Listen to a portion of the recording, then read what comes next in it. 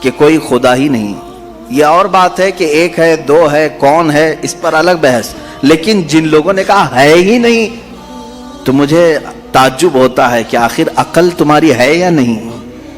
عقل سے اگر سوچو گے تو پھر تمہیں مجبوراً کسی نتیجے پر جانا ہوگا. امام اعظم ابو حنیفہ رضی اللہ تعالیٰ عنہ دہریوں کے لیے کھلی تلوار تھے. دہریہ کس کو کہتے ہیں؟ جو خدا کا ہی انکار کرتا ہے، یعنی کوئی نہیں ہے، نہ بھگوان ہے، نہ خدا ہے، کوئی چیز ہے ہی نہیں، ہم خود سے چل رہے ہیں. امام اعظم رضی اللہ تعالیٰ عنہ کی بارگاہ میں ایک جماعت آئی ملحدین کی، اور وہ تلواریں لے کر کے ہی آتے تھے کہ موقع پا کر کے انہیں قتل کر دے. ایک دن امام اعظم ابو حنیفہ رضی اللہ تعالیٰ ان کی جماعت کو آتے ہوئے دیکھا، اور اچانک آپ اپنی مجلس سے کھڑے ہوئے اور کہنے لگے میں کچھ گہری سوچ میں ہوں. وہ قریب آئے اور پوچھا کیا سوچ رہے ہیں آپ؟ کہا کہ میں نے سنا ہے کہ ایک سمندر میں کشتی چل رہی ہے اور اس پر سامان خود سے لد جاتا ہے، اور بڑی برابر منزلوں پر وہ رکتی ہے اور اپنا سامان خود ہی اتارتی ہے. نہ اسے کوئی چلاتا ہے، نہ لوڈنگ ان لوڈنگ کرنے والے کوئی مزدور ہیں. وہ خود بخود سامان لیتی ہے، خود بخود سامان اتارتی ہے. یہ روبوٹک دنیا بھی نہیں تھی اس وقت کہ وہ یقین کر لیتے، سائنسی دنیا بھی نہیں تھی اس وقت.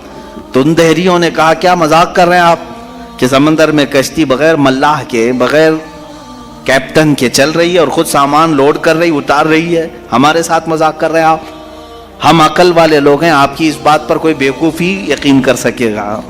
امام اعظم ابو حنیفہ رضی اللہ تعالیٰ عنہ فرماتے ہیں اتنی جب تجھے عقل ہے کہ ایک کشتی سمندر پر بغیر کسی چلانے والے کے نہیں چلتی، تو یہ پورے کائنات کا نظام بغیر چلانے والے کے کیسے چل سکتا ہے؟ برابر وقت پر سورج کا طلوع ہونا، برابر وقت پر سورج کا غروب ہو جانا، چاند کا اپنی منزلوں پر چلنا، اور یہ سمندروں کا برابر اپنے مدار میں رہنا، اور یہ زمین کا طرح طرح کے پودے اگنا، اس میں پھول کا آنا، پھلوں کا آنا، یہ کیا اللہ کے ہونے کی نشانیاں نہیں ہے؟ کوئی تو ہے جو یہ سارا نظام چلا رہا ہے. ہاں تم یہ کہہ سکتے ہو کہ مشینیں ہم چلا رہے ہیں، پنکھے ہم چلا رہے ہیں، لائٹ ہم چلا رہے ہیں، چلاؤ دنیا کی ساری مشینیں چلاؤ. لیکن میں اگر ایک فیلڈ میں آؤں، ان دہریوں سے پوچھتا ہوں. امام شافعی رحمۃ اللہ علیہ نے کیا جواب دیا؟ میں چاروں اماموں کی بات بتا دیتا ہوں. چاروں اماموں نے رب ذوالجلال کے وجود کے متعلق کیا کیا کہا ہے. امام مالک نے تو یوں فرمایا، آپ سے پوچھا گیا کہ خدا ہے، انہوں نے کہا ہاں. کیا دلیل کیا ہے؟ کہتے ہیں کہ زبانوں کا مختلف ہونا، انسانوں کی زبانوں کا الگ الگ ہونا اور الگ الگ نسلوں کا ہونا، یہ اللہ کے وجود کی دلیل ہے. امام شافعی سے پوچھا گیا آپ کوئی دلیل دیں گے کہ کوئی ہے؟ آپ نے کتنی پیاری بات فرمائی. ارشاد فرماتے ہیں شہتوت کا درخت دیکھا ہے؟ شہتوت کا درخت آپ نے دیکھا ہے؟ شہتوت جو ہے بہت باریک باریک سے پھل ہوتے ہیں، میٹھے ہوتے ہیں، اور اس کا پتا جو ہے وہ کئی قسم کے جانور کھاتے ہیں. شہتوت کے پتے کو شہد کی مکھی بھی چوستی ہے.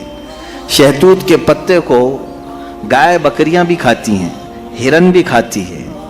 یہ سب کے سب شہتوت کے پتے کو کھاتے ہیں. شہتوت کا پتا ایک رنگ کا ہوتا ہے، ایک ہی ٹیسٹ کا ہوتا ہے. امام شافعی فرماتے ہیں شہد کی مکھی اسی شہتوت کے پتے پر بیٹھتی ہے، چوستی ہے، اور اپنے چھتے میں جا کر کے شہد اگل رہی ہے. بکریاں اور گائے اس شہتوت کے پتے کو کھاتی ہیں، مینگنیاں ڈال رہی ہیں یا دودھ دے رہی ہیں. اسی شہتوت کے پتے کو ہرن کھاتی ہے.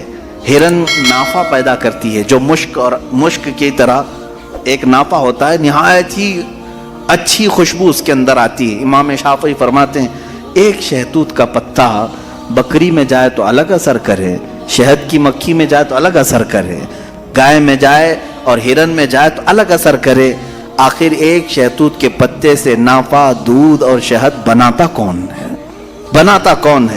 اسی میں امام شافعی فرماتے ہیں ہم روٹی کا ایک ٹکڑا کھاتے ہیں، روٹی کا ایک ٹکڑا کھاتے ہیں، اندر جسم میں یہ روٹی جانے کے بعد آپ سب کو معلوم ہے اس میں سے کچھ حصہ گوشت بنتا ہے، کچھ حصہ خون بنتا ہے، کچھ حصہ پیپ بنتا ہے، کچھ حصہ منی بنتا ہے، باقی کا بچا ہوا فضلہ پخانہ بن کر نکل جاتا ہے. ایک روٹی گیہوں کی کھاؤ، جو کی کھاؤ، جوار کی کھاؤ، روٹی ایک ہی طرح کی ہے. اور اس سے گوشت کون بناتا ہے، خون کون بناتا ہے، اور پیپ کون بناتا ہے, منی کون بناتا ہے, سب کی الگ الگ قسمیں ہیں. امام شافعی فرماتے ہیں تمہاری ہزاروں مشینیں ایک طرف, لیکن اندر جو نظام چلاتا ہے وہ کوئی تو ایک ہے, کوئی تو ہے. تمہیں ماننا ہوگا. میں دہریوں کے متعلق کہہ رہا ہوں, جو ملحدین ایتھیسٹ ہیں, جن کا کہنا ہے کہ کوئی ہے ہی نہیں, کوئی خدا ہی نہیں, تو ان سے میں کہتا ہوں کوئی بتاؤ تو صحیح, آخر یہ چلا کون رہا ہے, یہ کون چلا رہا ہے, ہمارے جسم کے اندر کا نظام کون چلا رہا ہے. اور قرآن نے انہی کی طرف بار بار اشاروں میں بتایا ہے, آیات میں, کہ کیا تم دودھ کو نہیں دیکھتے, دودھ کہاں سے پیدا ہوتا ہے. کہ اللہ تعالیٰ فرماتا ہے کہ ہم نے دودھ کو گائے کے خون اور اس کے گوبر کے بیچ میں سے پیدا کیا ہے. اس کا فضلہ گائے کا گوبر ہے پیٹ کے اندر, اور اس کا خون بھی ہے, خون نہایت ہی سرخ, گوبر نہایت ہی الگ رنگ کا, اور اس کے بیچ سے صاف و شفاف دودھ کا نکلنا. دودھ آتا ہے, نہ کبھی اس میں گوبر کی بو آئی, نہ کبھی خون کا رنگ آیا. قرآن کہتا ہے آخر یہ کون ہے جو اس طرح صاف ستھری غذا نکالتا ہے تمہارے لیے. کیا شہد کی مکھی کو نہیں دیکھتے؟ قرآن کہتا ہے جب وہ ڈنک مارتی ہے تو اس کے زہر کا کوئی علاج نہیں ملتا. شہد کی مکھی اگر ڈنک مارے تو زہر چڑھ جاتا ہے اور کئی لوگوں کی موت بھی ہوتی ہے, لیکن وہی اپنے چھتے پہ بھی تھوکے تو وہ نہایت ہی میٹھی غذا ہے, نہایت ہی میٹھی غذا ہے. شہد کی مکھی اپنا رس چھتے پر ڈالے تو وہ دنیا کی سب سے اچھی غذا, وہی اگر کسی کو ڈنک مارے تو سب سے برا زہر ہے. اعلیٰ حضرت رضی اللہ تعالیٰ عنہ نے اپنے آپ کو یوں فرمایا ہے کہ میں وہ شہد کی مکھی ہوں جس کی مٹھاس کا بھی جواب نہیں, جس کے ڈنک کا بھی جواب نہیں. یہ تو ضمناً میں نے بات عرض کی خدا قدیر و جبار کے وجود پر. میرے عزیزو